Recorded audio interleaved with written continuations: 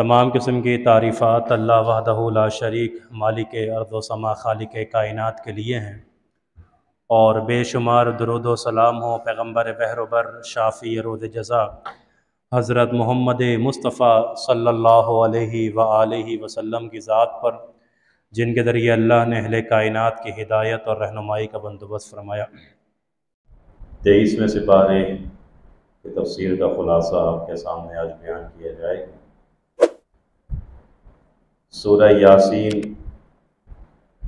का तकरीबन आगाज़ 22वें सिपारे के आखिर में हो रहा है और 23वें सिपारे तक आगे तक ये सूरत चल रही है। इन्ना नहनु नुहिल मौता व नक्तबु मा क़द्दमू व आसारहुम व कुल्ल शैइन अहसैनाहु फ़ी इमामिन मुबीन। अल्लाह ने कहा, बेशक हम ही हैं कि जो मुर्दों को ज़िंदा करते हैं, व नक्तबु मा क़द्दमू व आसारहुम, और जो कुछ तुमने अपने लिए आगे भेज रखा है हमने उसको नोट कर लिया है, उसको लिख लिया है। व आसारहुम, और जो कुछ तुमने आगे भेजा है उसके जो आसार हैं, असरात हैं, फरमाया वो भी हम तुम्हारे सामने ज़ाहिर कर देंगे। अच्छी चीज़ें भेजोगे अच्छे असरात होंगे, बुरी चीज़ें भेजोगे तो बुरे असरात का तुम्हें सामना करना पड़ेगा। वज़रिब लहुम मसलन असहाबल क़रिया इज़ जाअहल मुरसलून, एक बस्ती का जिक्र किया अल्लाह ने सूरह यासीन में कि हमने वहाँ रसूलों को भेजा। इज़ अरसलना इलैहिम उसनैन, फरमाया जब हमने 2 रसूलों को उस बस्ती में भेजा तो फ़कज़्ज़बुहुमा, उन दोनों को उन बस्ती वालों ने झुठला दिया और कहा कि आप झूठ बोलते हैं, उनको झुठला दिया। फ़अज़ज़ना बिसालिस, फरमाया फिर हमने तीसरा रसूल भेजे, 3 रसूल भेजे एक ही बस्ती में, और उन तीनों को उन लोगों ने झुठला दिया, उनकी बात नहीं मानी, उनकी पैरवी नहीं की। तो अल्लाह रब्बुल इज़्ज़त यहाँ पर एक शख्स का जिक्र करता है कि जो बस्ती से थोड़ा दूर दरिया के किनारे रहा करता था और एक गरीब आदमी था, और मुफस्सिर तबसरा करते हुए फरमाते हैं कि अंबिया की दावत पे लब्बैक कहने वाले अक्सर ही गुरबा होते हैं, गरीब लोग होते हैं। तो वो ये मंजर देख रहा है कि बस्ती वाले नबियों को झुठला रहे हैं और नबियों की तकज़ीब कर रहे हैं, रसूलों को नहीं मान रहे। तो अल्लाह ने उसका नाम लिए बगैर इरशाद फरमाया कि वजाअ मिन अक़सल मदीनति रजुलुन यसआ, एक आदमी है कि जो दौड़ता हुआ आया, जो भागता हुआ आया अपनी कौम को समझाने के लिए कि जो तुम कर रहे हो ये गलत है।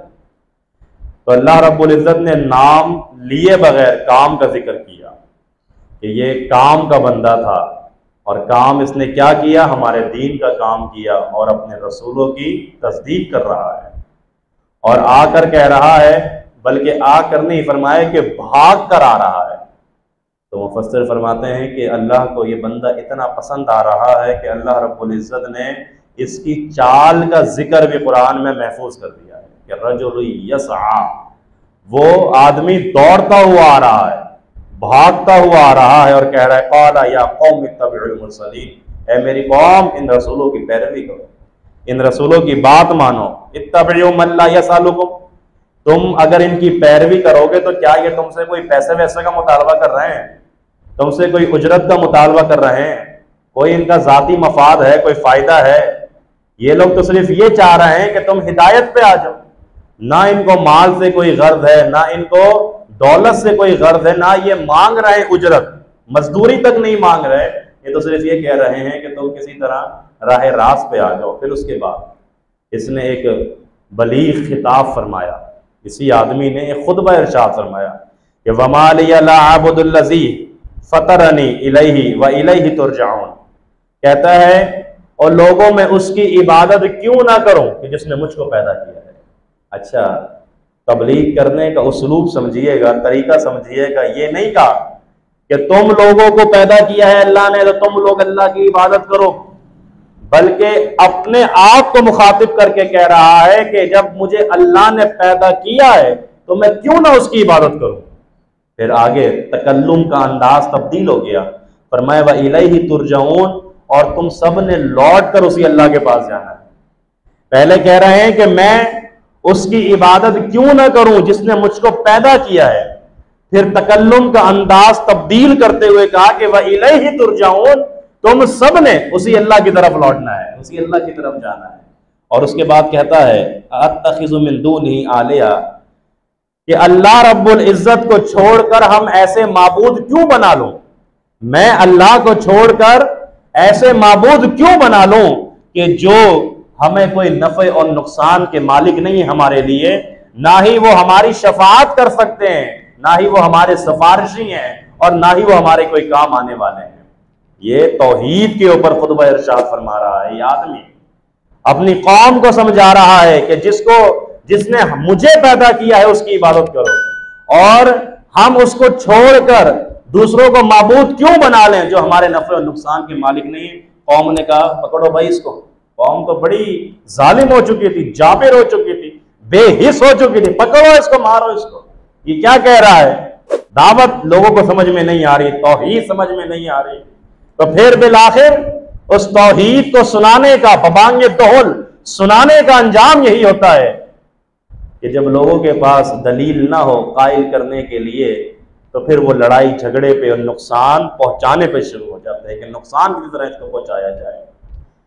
तो लिहाजा उसको मार दिया गया, उस इंसान को शहीद कर दिया गया।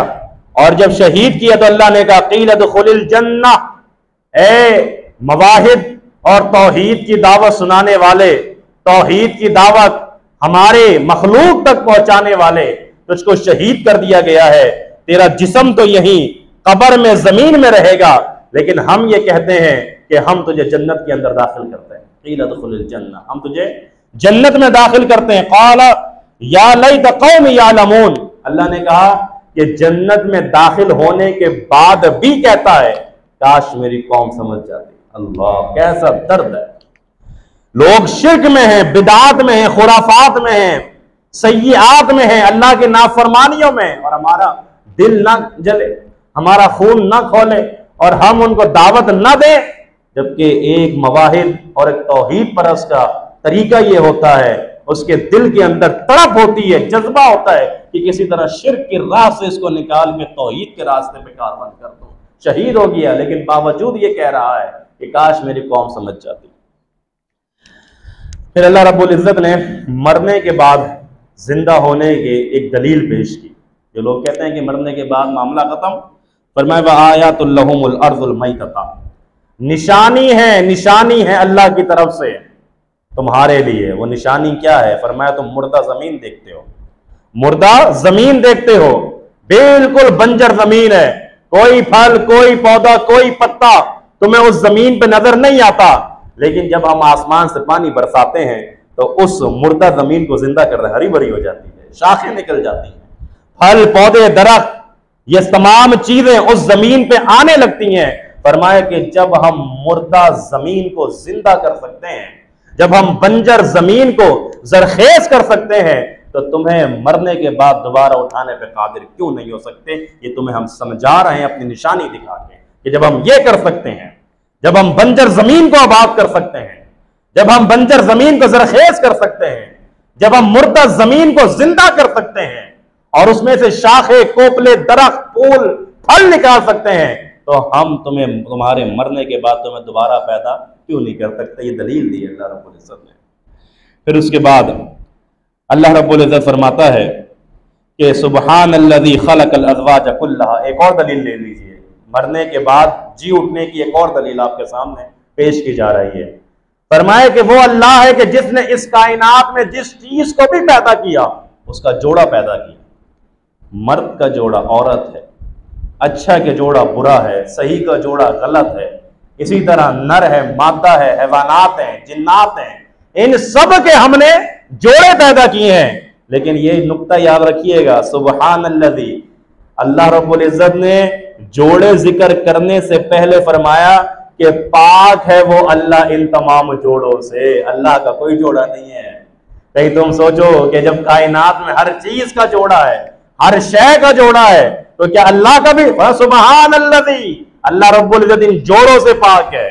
अल्लाह रब्बुल इज्जत का कोई जोड़ा नहीं है, कोई बीवी, कोई बेटी, कोई मां नहीं है। सुबहान अल्लज़ी खलक़ल अज़वाजा, फरमाया कि वो बिल्कुल पाक है इन तमाम जोड़ों से। तो फरमाया जब हर चीज का जोड़ा है तो दुनिया का भी एक जोड़ा होना चाहिए ना, तो दुनिया का जोड़ा आखिरत है। कितने प्यारे अंदाज से अल्लाह समझा रहा है मरने के बाद जी उठने वाली जिंदगी, कि हम बंजर जमीन को, मुर्दा जमीन को जिंदा कर सकते हैं, तुम्हें भी कर सकते हैं पैदा दोबारा। और फिर जब हम हर चीज का जोड़ा बनाने वाले हैं तो इस दुनिया का जोड़ा भी हमने बनाया है, और दुनिया का जोड़ा क्या है? आखिरत है। फिर अल्लाह फरमाता है वश्शम्सु तजरी लिमुस्तक़र्रिहा ज़ालिका तक़दीरुल अज़ीज़ुल अलीम वल क़मर क़द्दरनाहु मनाज़िल हत्ता आदा कल उर्जूनिल क़दीम। फरमाया कि अल्लाह रब्बुल इज़्ज़त ने सूरज को बनाया, अल्लाह रब्बुल इज़्ज़त ने चांद को बनाया।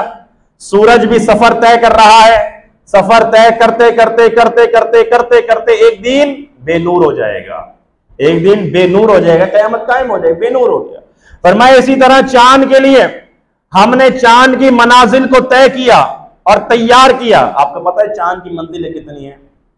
चांद की 28 मंजिलें हैं। 28 मंजिलों से होता हुआ निकलता है वो पूरे महीने में। और इसकी मिसाल इंसान के साथ भी जोड़ी गई है। चांद की मिसाल कि जब इंसान पैदा होता है, बच्चा इंसान का पैदा होता है, कितना मासूम सा, छोटा सा, नाजुक सा होता है। इसी तरह फरमाया जब तुम पहली तारीख का चांद देखते हो तो कितना तुम्हें बारीक नजर आता है, कितना छोटा नजर आता है। फिर थोड़ा आगे बढ़ बढ़ के थोड़ा सा बड़ा होने लगता है, और फिर जब वो 14वीं का चांद बनता है तो फरमाया तुम्हारी जवानी है, तुम्हारी चमक है, दमक है, तुम्हारी ज़ेब व ज़ीनत है, जवानी का ये जोबन है। लेकिन जैसे जवानी ढलती है वैसे तुम बुढ़ापे तक पहुंचते हो और फिर गायब हो जाते हो। इसी तरह वो 14वीं का चांद भी उसके बाद कम होना शुरू हो जाता है और 28 मंजिलें तय करता हुआ गायब हो जाता है। फरमाया ये सारा सिस्टम चलाने वाला कौन है? अल्लाह है। आगे सुनिएगा, लश्शम्सु यंबगी लहा अन तुदरिकल कमर वलल लैलु साबिकुन नहार। सूरज के लिए, सूरज की मजाल नहीं है कि वो चांद को पकड़ ले, और चांद में इतनी जुर्रत नहीं है कि वो सूरज को पकड़ ले, क्योंकि इन सूरज और चांद के मामलात को चलाने वाला अल्लाह है। चांद की मंजिलें 28 हैं, सूरज की मंजिलें 360 या 365 हैं, जो आज तहकीक बताती है, जो अल्लाह रब्बुल इज्जत ने कई सौ साल पहले बता दिया। ये साइंस कौन सी साइंस है? ये सारी साइंस यहां से ली गई है, ये साइंस के सारे उलूम यहां से पढ़ाए जा रहे हैं, यहां से लिए जा रहे हैं। ये बदबख्ती तो मेरी और आपकी है कि हम छोड़ के उनकी बातें सुन रहे हैं। तो फरमाया कि उसकी 28 मनाजिल और इसके 365 मनाजिल।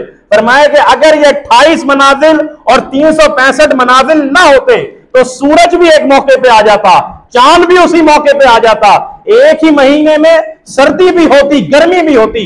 तुम्हारे फल कैसे पकते, तुम्हारे रिस्क का बंदोबस्त कैसे होता? ये जमान और मकान को चलाने वाला अल्लाह है।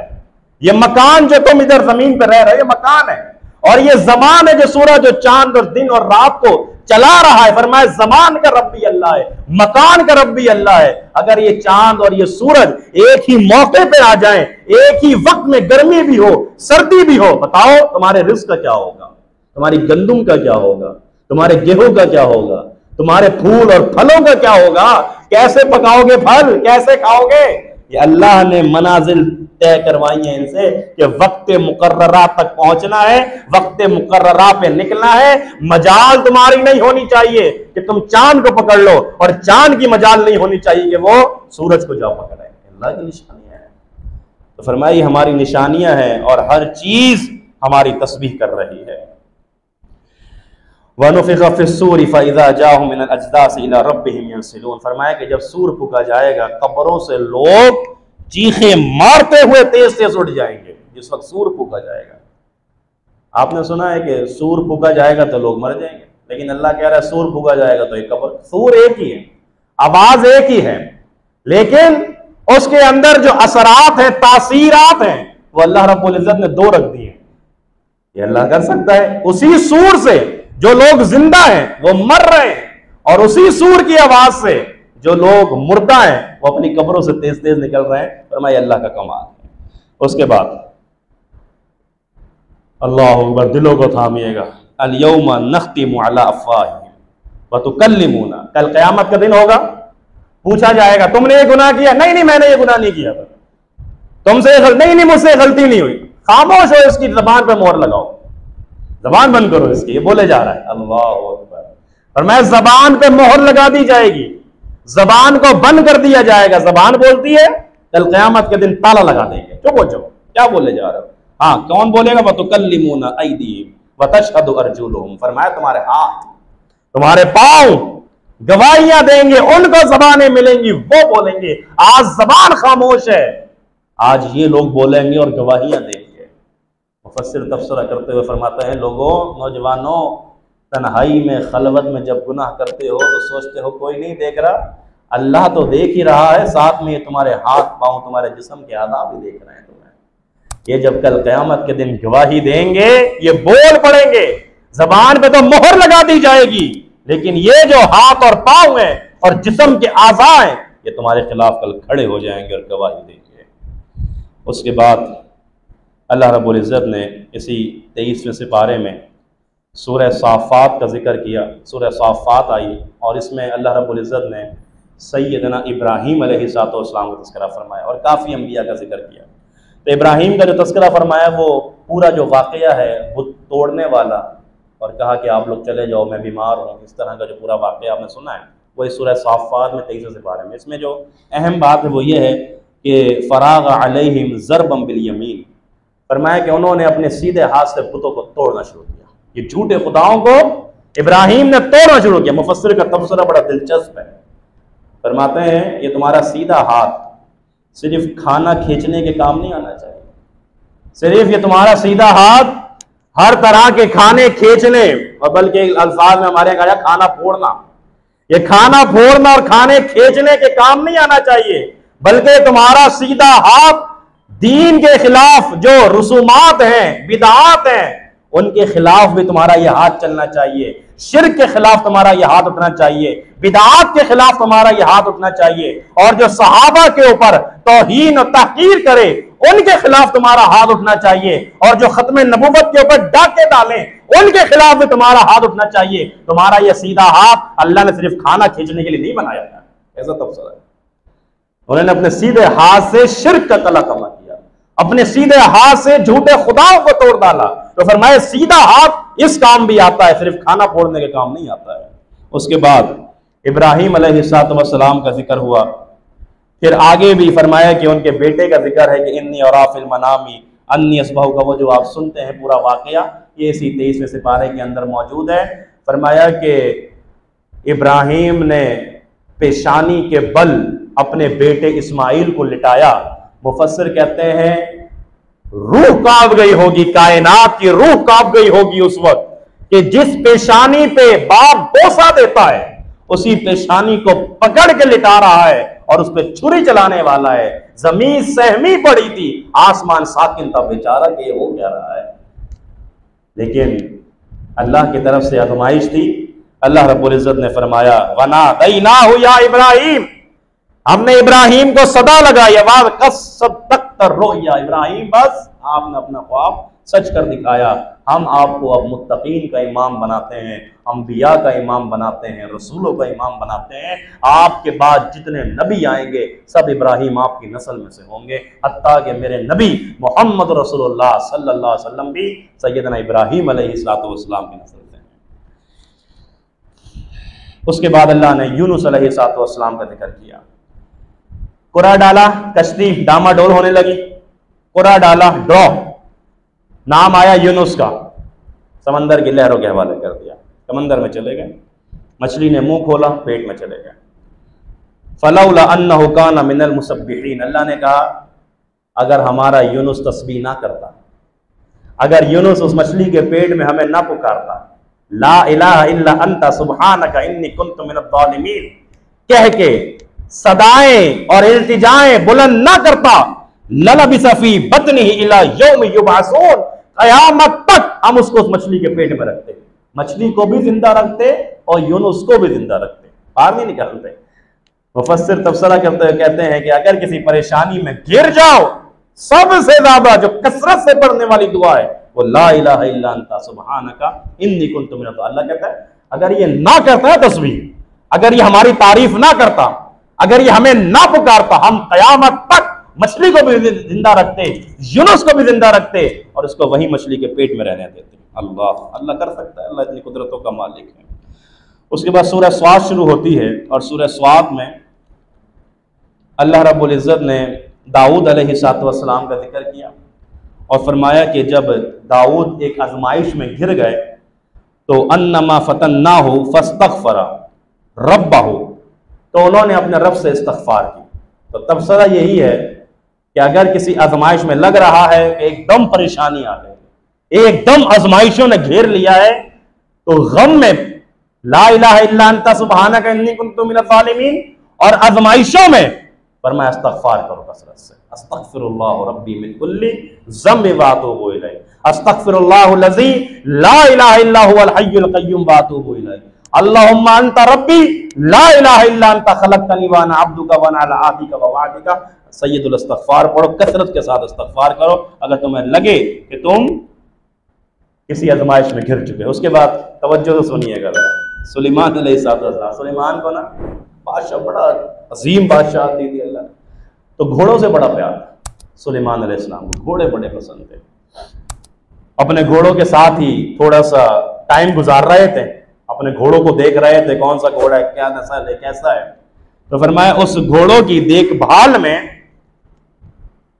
नमाज का वक्त निकल गया, घोड़ों के दरमियान रहते हुए नमाज का वक्त निकल गया, नमाज फौत हो गई, अल्लाह के जिक्र से गाफिल हो गए। फौरन बुलाया, कहा जाओ इन घोड़ों को ले जाओ और घोड़ों को ले जाके इनको ज़िबा कर दो, इन्होंने मुझे अल्लाह के जिक्र से गाफिल कर दिया। मुझे पसंद बहुत है, मेरी पसंदीदा शय, मैं इनसे बड़ी मोहब्बत करता हूं, लेकिन अल्लाह के जिक्र से इन्होंने मुझे गाफिल कर दिया, लिहाजा इनको ले जाके ज़िबा कर दो। मुफस्सिर फरमाते हैं कि हर वो चीज जो तुम्हें पसंद है और उसके फितने में गर्क होके तुम अल्लाह के जिक्र को भूल बैठे, फौरन छोड़ दो उस चीज को। ये सबसे बड़ा फितना दौरे आ है, इसके बगैर गुजारा नहीं है। और इसी की वजह से नमाजें बर्बाद, अस्कार बर्बाद, इबादत का वक्त बर्बाद, नौजवान नस्ल बर्बाद, नौजवान लड़के और लड़कियां बर्बाद। मोबाइल तो फरमाया कि हर वो चीज जो तुम्हें पसंद है और वो तुम्हें अल्लाह के जिक्र से गाफिल कर दे, छोड़ दो सुलेमान की तरह। फिर सुन लो रिजल्ट क्या होगा। घोड़े तेज रफ्तार थे ना, बड़े भागते थे, दौड़ते थे, तेज रफ्तार थे, पसंद थे सुलेमान को। कहा तुमने घोड़े हमारे लिए ज़िबा कर दिए, हमारे लिए छोड़ दिए, कि हमारे तुम्हें गलती कैसा, आओ हम तुम्हें खुशखबरी सुनाते हैं। फसख्खरना लहु रिह, फरमाया कि तुमने तेज रफ्तार घोड़े छोड़े हमारे लिए, हम अब तुम्हें इनाम ये देते हैं कि हवाओं को तुम्हारे ताबे कर देते हैं, तुम्हें जहां जाना हो हवा को हुक्म देना, हवा तुम्हें ले उड़ेगी। अल्लाह अकबर।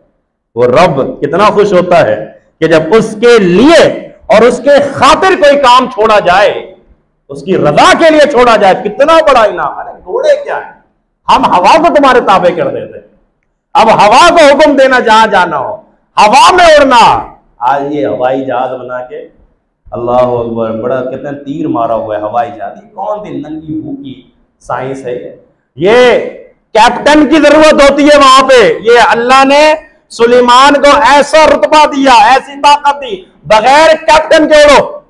ये जहाज तो हवा के मरहून मिन्नत होता है ना, कि हवा का दबाव कैसा चल रहा है, हवा कैसी जहाज के ऊपर बैठ के जा सकते हो, नहीं जा सकते। वो हवा पे बैठ के जाते थे। ये तुम्हारी साइंस कहाँ है और अल्लाह की साइंस कहाँ है? तुम्हारी साइंस बिल्कुल बर्बादी के दहाने पर है। अल्लाह रब्बुल, तुम्हारी जहां से सोच खत्म होती है, ये कुरान करीम वहां से शुरू होता है। तुम जहाज हवा में उड़ाते हो, हमने बंदे के लिए अपनी हवा को ताबे कर दिया। जाओ जहां जाना हवा के साथ जाना। सुबहान अल्लाह व बिहम्दिही, अल्लाह के लिए छोड़ दो बुराई के काम को, अल्लाह के जिक्र से जो चीज गाफिल करे उसको छोड़ दो, अल्लाह इतना बड़ा इनाम देता है। फिर सुलेमान के ताबे तो मखलूकात कितनी थी, शयातीन भी उसके ताबे थे। और शयातीन में कैटेगरी थी, जिन्नात में कैटेगरी थी। वो जिन्नात मजदूर थे, कुछ जिन्नात तामीरात करते थे, मजदूर थे, और कुछ जिन्नात गोताखोर थे। वो समंदर की तह में जाते और मोती निकाल के लेकर आते। और अल्लाह ने कहा कि कुछ जो जिन्नात थे वो सरकश थे, बात नहीं मानते थे। सुलेमान ने रस्सियों और जंजीरों से जकड़ के उनको बांधा हुआ था और जेल में फेंका हुआ था। सर कैसी करते हो, बात नहीं मानते। तो कहा मुफस्सिर ने कि जितने भी कराइम और जराइम करने वाले लोग हैं उनको बांध के फेंक दो जेलों के अंदर, देखो कैसे अमन और अमान कायम होता है। ये कैटेगरी थे जिन्नात की, मजदूर थे, जिन्नात तामीरात करते थे और गोताखोर थे, समंदर में गर्क होके अंदर जाके गोता खा के मोती निकाल के लेकर आते थे, और कुछ जो सरकश थे उनको पकड़ के जेलों के अंदर डाला हुआ था। अल्लाह अकबर, क्या बादशाह थी, क्या ये दुनिया के बादशाह कराते हैं चीजों। अल्लाह ने क्या बादशाह, मैं अल्लाह के हो जाओ, अल्लाह बादशाहत तो देता है, अल्लाह ने कहा मैं देता हूं तो तिल मुल्क का मंतशा, जिसको चाहता हूं देता हूं, लेकिन इज्जत भी उसी को देता हूं जिसको चाहता हूं। बादशाहत मिल जाए और जलील होते फिरो रोडों के ऊपर तो कैसी बादशाहत है। अरे ये कैसा इक्तिदार है कि दलील हो रहे हो और पूरी दुनिया के सामने दलील हो रहे हो। मुत्तकीना फीहा यदऊना फीहा बिफाकिहतिन कसीरतिन व शराब। कल जब वो कयामत के दिन जन्नत में चले जाएंगे, वो लोगों से कहेंगे अरे भाई ये शराब इधर लेकर आओ, मैंने पीनी। अरे भाई मेवे लेकर आओ, मेवे जात लेकर आओ, ये हमने खाने। फरमाया इस तरह ये जन्नती बुलाकर पुकार पुकार के आवाजें लगा लगा के हमारी नेमतों से लुत्फअंदोज हो रहे होंगे, यहां ले आओ ये यहाँ। आज तो जब थाल अगर खाने का ना पहुंचे तो वैसी आवाजें लग रही होती है ना, और देख रहा था कोई जानने वाला खाना खिला रहा है तो उसको आवाज लगाते वो लेकर आ जाएगा। क़यामत के दिन फरमाया कि ये इस पे गौर करो कि जब तुम आला बाला खानों में और खूबसूरत तख्तों पे बैठे हुए होगे, वहां पर वो जो हूरे होंगी, अल्लाह ने हूरों का भी जिक्र किया कि हम तुम्हें पाकीज़ा हूरे अता करेंगे, पाकीज़ा औरतें अता करेंगे, और तुम आवाजें लगा रहे होगे कि ये मेवा जात यहां लेकर आओ, ये इधर शराब यहां लेकर आओ, ये दूध की नहरें दूध यहां लेकर आओ। ये चीजें जरा गौर करो कि कितनी प्यारी हैं तुम्हारे लिए, तो फरमाया उसके लिए तैयारी करो। फिर अल्लाह रब्बुल इज्जत ने यहाँ शैतान का जिक्र किया, क़ाल अना खैरुम मिन्हु खलक़तनी मिन नार व खलक़तहु मिन तीन। तो बात ये समझ लीजिएगा कि सिर्फ दावा काफी नहीं होता कि जी मैं यूं कह रहा हूं तो सही है। दावा है भाई, दलील तो दो उसकी। और अजीब बात यह है कि हमारे यहाँ कुछ लोग बातें सुन के आते हैं बाहर से, कहते हैं यार ये बात हम सुनकर आए, इसकी दलील क्या है। अब जिससे सुनकर आए उससे ना दलील, हमसे पूछने की क्या जरूरत है। जिससे कुछ सुनकर आए हो, जिसने दावा किया है, दलील उससे लेकर आओ। बात उधर से सुनकर आएंगे, दलील हमसे आगे मांगेंगे, इसकी कोई दलील है, किसने कहा, उसने, उसी से पूछो जाके। तो जो दावा सिर्फ हो काफी नहीं है, दावे के साथ उसने कहा ना खैरुम मिन्हु, मैं बेहतर हूं। भाई बेहतर हो तो तुम एक दावा कर रहे हो, समझ में नहीं आ रही बात, अकल में नहीं आ रही है, लिहाजा फरमाया कि जा तुझे रामदाह दरगाह कर दिया गया है कयामत की दीवारों तक। अल्लाह अकबर।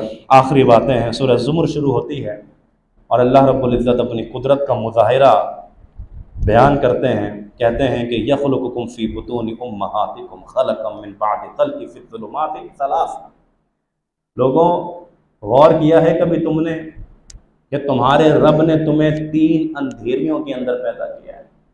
3 अंधेरियों के अंदर, 3 तारीकियों में तुम्हारे रब ने तुम्हें पैदा किया है। माँ के पेट का अंधेरा, माँ के रहम का अंधेरा, और वो झिल्ली जिसके अंदर बच्चा होता है, फरमाया उसका अंधेरा। उन 3 अंधेरियों में हमें जीते जागते इंसान को पैदा करते हैं। हम इतनी कुदरतों के मालिक हैं, मांगा करो हमसे सवाल किया करो, हमसे इल्तिजाएं किया करो। हम वो है कि जो पानी पे पेंटिंग करते हैं। ये नुत्फा क्या है? पानी है ना। है भाई माइकल लाल कायनात का कोई बंदा और पानी पे पेंटिंग कर सके? है, कागज पे पेंटिंग करते हैं। है भाई पानी पे पेंटिंग करने वाला? फरमाया हम हैं जो बहते हुए पानी के ऊपर नक्शो निगार करके खूबसूरत इंसान को पैदा कर देते हैं, हम हैं। तो फरमाए तारिकियों में मांगा भी करो अल्लाह से, अंधेरों में मांगा करो। अल्लाह रब्बुल इज्जत को काम करने के लिए उजाले की जरूरत, तुम्हारे यहाँ लाइट चली जाए और मसाइल आ जाए तो तुम क्या करते हो? परेशान हो जाते हो। लेकिन वो अल्लाह है कि जो काली रात में काले पत्थर पे काली चूंटी के चलने की, रेंगने की, देखना दूर की बात है, उसके रेंगने की आवाज को सुनता है। तो हम इतनी कुदरतों के मालिक हैं कि हम 3 तारीकियों में तुम्हें पैदा करते हैं।